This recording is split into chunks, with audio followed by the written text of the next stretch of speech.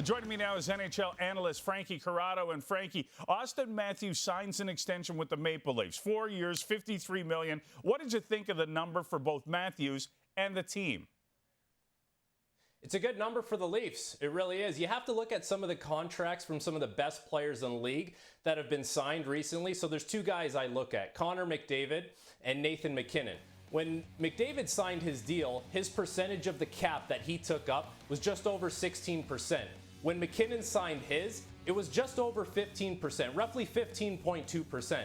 This Auston Matthews deal is going to come in at just under 16%. And that's the kind of player Auston Matthews is. He's in that realm with MacKinnon, with McDavid. So it makes sense from a team point of view. And for Auston Matthews, let's be honest, Dutchie. If he went to the Leafs and said, I want $14 million or I want $14.5 million, what do you think they were going to say? They were going to say, okay, I guess we have to give you this money because you're one of the best players that's ever played for this franchise, and we're not a contending team unless we have you. So at the end of the day, I think it makes a lot of sense for the Leafs to have Matthews at this number. And as this contract rolls on, we're always going to be evaluating it. But if he lives up to his end of the bargain and he's a 50-goal guy and things are going really well for the Leafs, we should be able to say by the time this deal is expired that he left some money on the table for this team to be very good around him. You know one stat I like for Nate?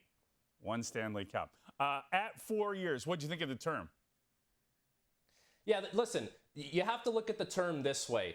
You, as a Toronto Maple Leafs organization, are getting Auston Matthews throughout all of the prime of his career. Now, you add another 4 years after this year that's coming up.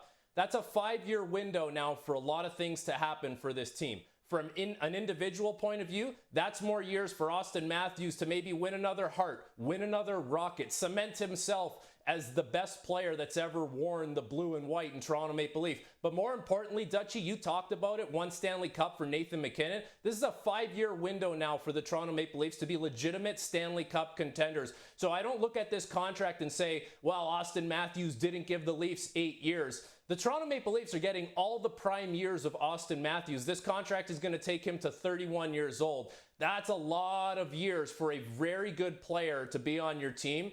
And this is the time now that the organization absolutely needs to capitalize. And you know what? At the end of the day, they didn't pay for, post-prime years of Auston Matthews. They're getting him when he's going to be the best version of himself. You know what? I like the deal for the Toronto Maple Leafs as well. Okay, what happens with William Nylander? It's hard to say because it's not a direct comparison. Matthews is one of the best centermen in the league. Willie Nylander's a very good winger. But, what it does is it kind of just says like, okay, I'm the best player on the team, Auston Matthews.